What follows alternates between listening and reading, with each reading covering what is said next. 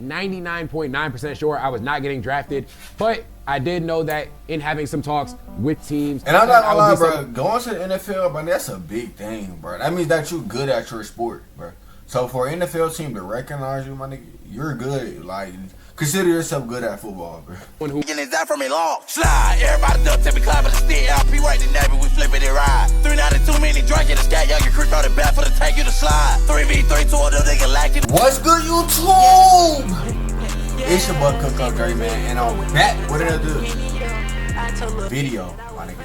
And today, my nigga, we got the reality of getting cut from the NFL. And I'm not gonna lie, I think this dude got cut from the NFL, my nigga. And I'm not gonna lie, I know that shit hurt, bro. I know that shit gotta hurt for all my NFL players that got cut. If you're watching this, you know you're sitting on that couch hurt as hell, like damn, bro. All these niggas looking drippy as hell, having fun and shit. I'm like, but also, if you got a dream of going to the NFL, my nigga, keep chasing that dream. Cause if CJ Stroud can make it, you can too. So without further ado, my nigga, if you're new here, leave a like, comment, subscribe down below. Follow me, all my socials on the screen. Next to me, link in the description as well. On the road to 800 subs. Can we please get 800 subs? To get like 5 likes this video. And also hit that post notification bell as well, so y'all can get notified when I drop a video. And let's get into this bitch. Okay. I was someone that didn't play on varsity in high school until my senior year. I had no offers coming out. I had to be a preferred walk-on. Ended up earning a scholarship. Had to hit the transfer portal to get the playing time I desired. And despite all that, I still had an opportunity in the NFL. But sometimes, despite doing everything right, things just don't work out in your favor. So today, I'm gonna give you guys the full story on why I'm no longer playing football.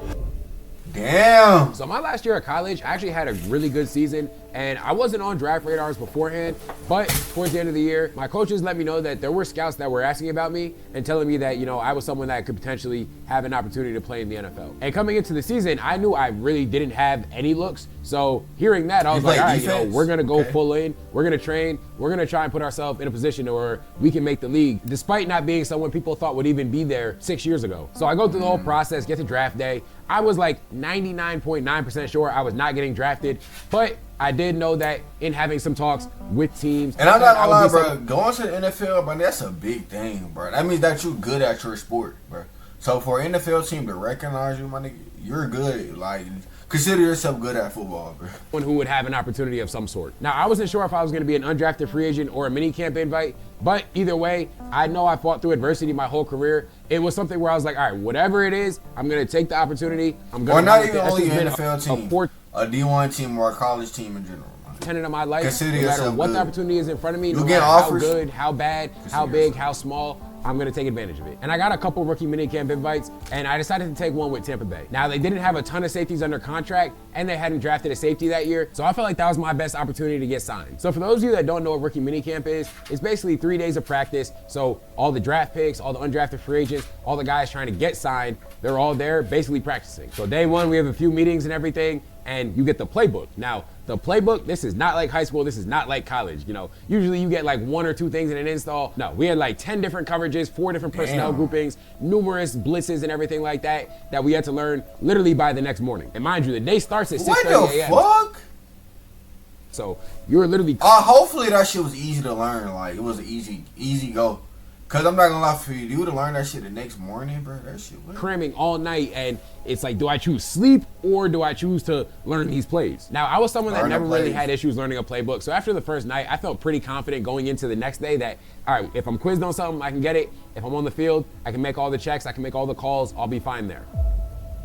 Damn. So I wake up for the first morning, I'm feeling good. I'm feeling ready to go. My body was feeling the healthiest it's probably felt in a while. Mind you, I had tendonitis in both my knees, still do. Damn. So I was like, all right, you know, I'm good there. I'm not gonna lie, that already fuck you up. If you got injury in your, any type of injury anywhere and you're trying to, you know what I'm saying? Just, no, don't do it. I'm good mentally, like, let's get it. So we go to the first meeting, you know, coach is quizzing us on stuff, taking notes, doing well, getting all the questions right. Then we go to special teams meeting. Now, I knew as someone who was not drafted, who was not even an undrafted free agent at this point, that special teams was gonna be my calling card if I was gonna make the team. Like, I would have to be playing it. So, of course, I'm taking just rigorous notes. And for you young guys out there, that is gonna be one of the biggest hacks I can give you in football. please just take notes on every single thing. It will help you remember stuff, because if you forget stuff on the field, I ain't gonna lie, you're cooked. But we get done with meetings, head to walkthrough. Walkthrough's pretty calm, pretty simple, you know. It's just really about what you learned in the meetings. Can you apply it to the field in a slower environment? And like I said, I was fully confident, and I was executing all the calls,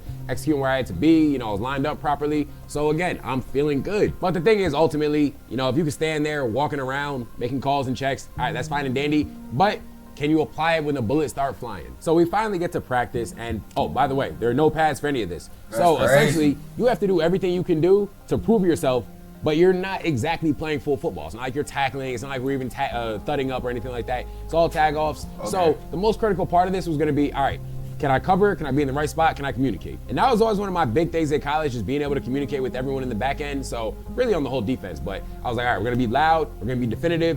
Even if I don't necessarily make the right call, which I'm not anticipating, I'm just gonna make a call. That way we're all on the same page, we're all locked in, we're all doing the same thing. That way there are no busts, right? Because if there's a bust on defense, that is directly on the safety. So we're going through the first practice. You know, we got indie drills, we got special teams, we got 7-on-7, we got full team. And the biggest thing that you'll realize when you transition to the next level is just how fast the game is actually played. Now, mind you, I played for Michigan, so I've seen like high level guys that were gonna be playing in the NFL in practice every single day. But even then, when you're actually in the NFL with all guys that are at an NFL level, it just moves entirely faster. And there were a lot of defensive guys. You could. But y'all try to think about it though, like, the people you playing with as well, like, they's going through the same shit you going through. So I would look at it like that. Like, I'm looking at, okay, right now, I'm playing against people that's going through what I'm going through, so I really shouldn't be. Because them niggas also haven't played a snap of the NFL either. So you shouldn't really be scared. You know what I'm saying? Speed was kind of shocking them. Like, you know, in college, you go against a tight end. All right, he's 6'4", like 240 pounds. He probably runs like a 4'8", 4'7". No, these tight ends we had, 6'5", 260, running 4.5s. Like, shit is ridiculous. But in terms of the defensive guys, there's a reason we're all at this level, because we all adapted pretty quick, right? We're learning, all right, you know, we can't just sit there and have our feet set. Like, nah, you got to start doing little tips and tricks to learn how to cover these guys, how to, you know, stay in front of these guys, how to beat these blocks.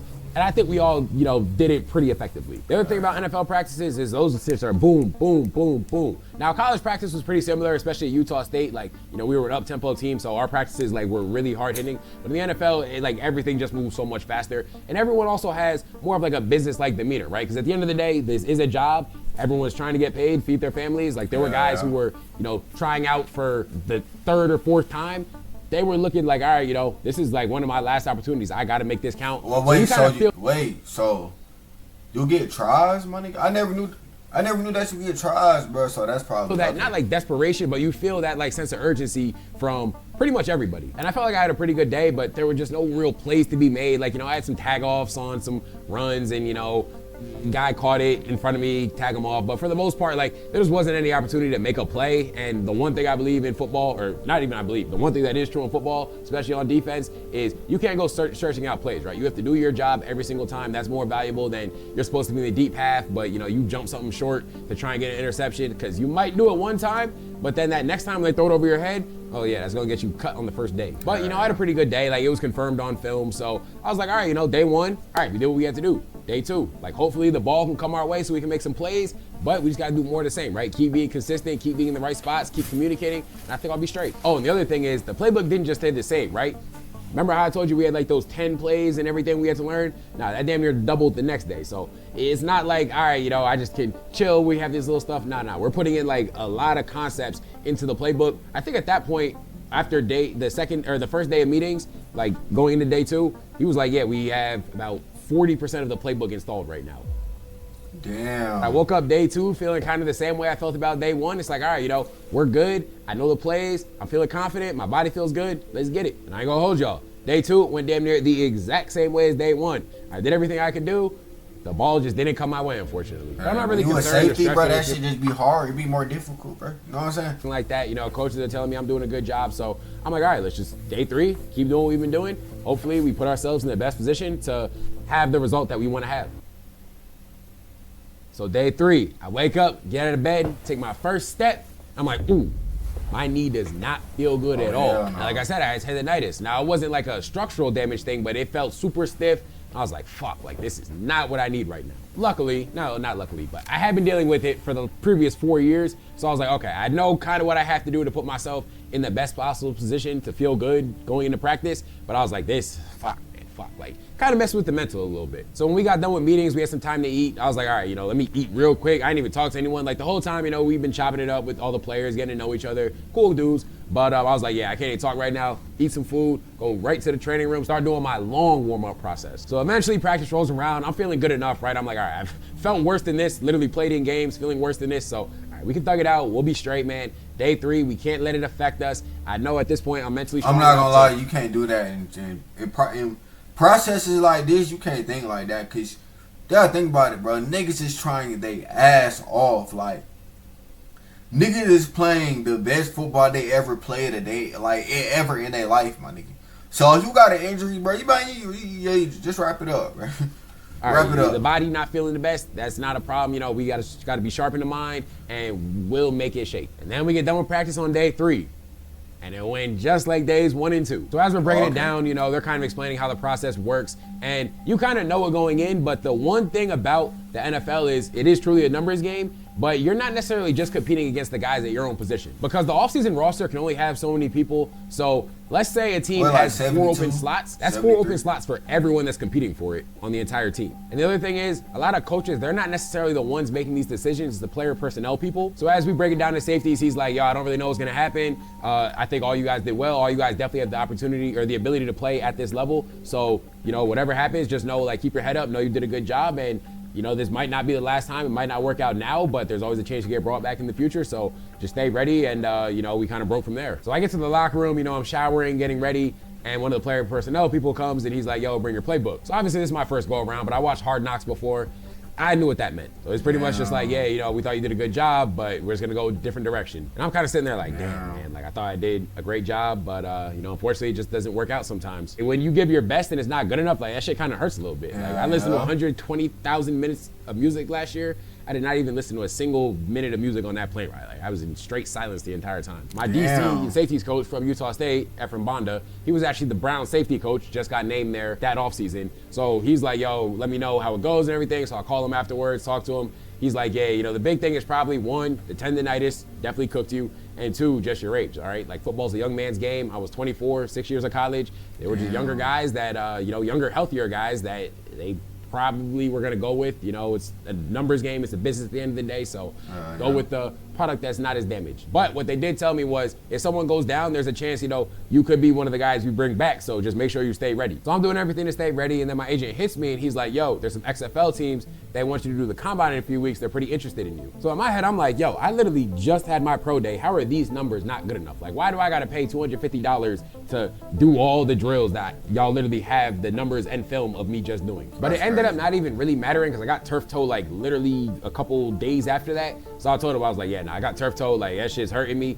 There is no chance I run a good 40 right now, as good of a 40 as I ran before. So like, yeah, just tell them go off those numbers, they have the film and everything, that should be good enough. So I don't think that hurt me too much. I think they understood. And he's like, yeah, but there are a couple teams that are like fucking with you heavily. So I'm like, all right, I'm gonna go to the XFL, ball out, get some film, try back at the NFL next year. Then a month goes by and he tells me, yo, DC, they actually want to bring you in for a workout. So I'm like, all right, go there for a workout, let's do it. Like, I'm smooth, right? I know I'm still in good shape, still moving, still been training. Like, I'm ready for this. And then 2 weeks before the workout, the XFL shuts down all operations. So I'm sitting there like, bro,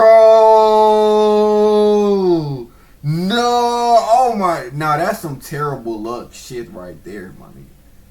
That's nothing but bad. Like, I would have been mad as hell. Like, what the hell? This is, of course this is how things transpire. Like I said, I control the controllables. It's fully out of my control, but it doesn't mean you still can't be a little frustrated by it. So at this point, it's like, all right, the NFL, I don't know if I'm going to get that call anytime soon.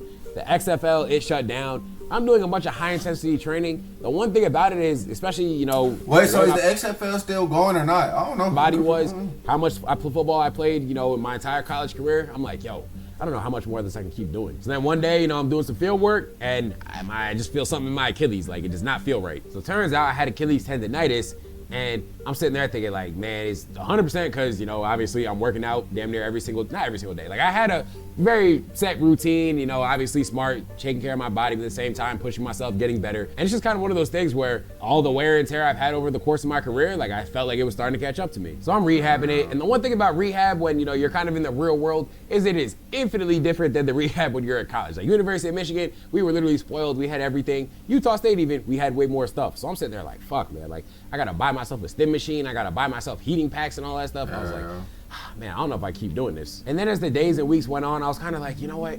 I just don't have the same desire to do all the stuff required to get my body ready to play that I had to do. And I'm like, you know, like I can look back at my career, happy with how it turned out. I can put my head down every night on the pillow knowing that I gave everything I had. I wasn't even supposed to be in a position of where professional football and pursuing that was even an option, right? Like I did not even play on varsity my junior year, had no scholarships, was a walk-on. So I'm like, you know, if I could go from all that, have an opportunity in the NFL, you know what?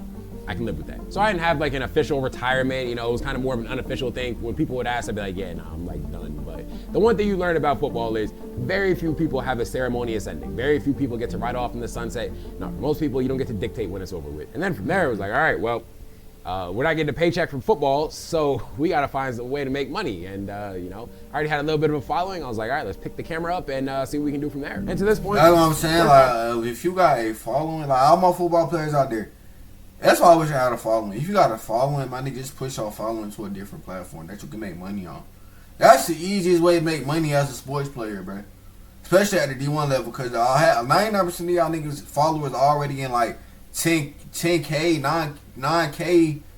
A lot of y'all niggas got 50K, 70K.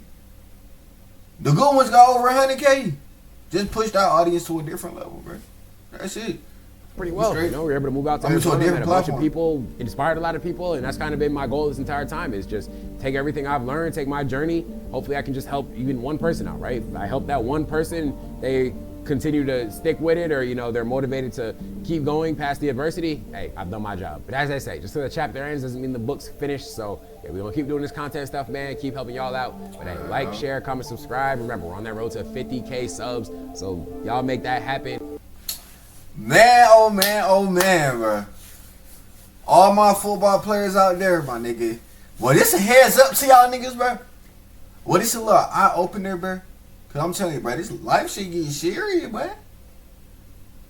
This shit ain't no game, bro. So, I want all my young niggas out there that's playing football, basketball, any sport, stay locked in, my nigga. Stay healthy, work on your body, you know what I'm saying?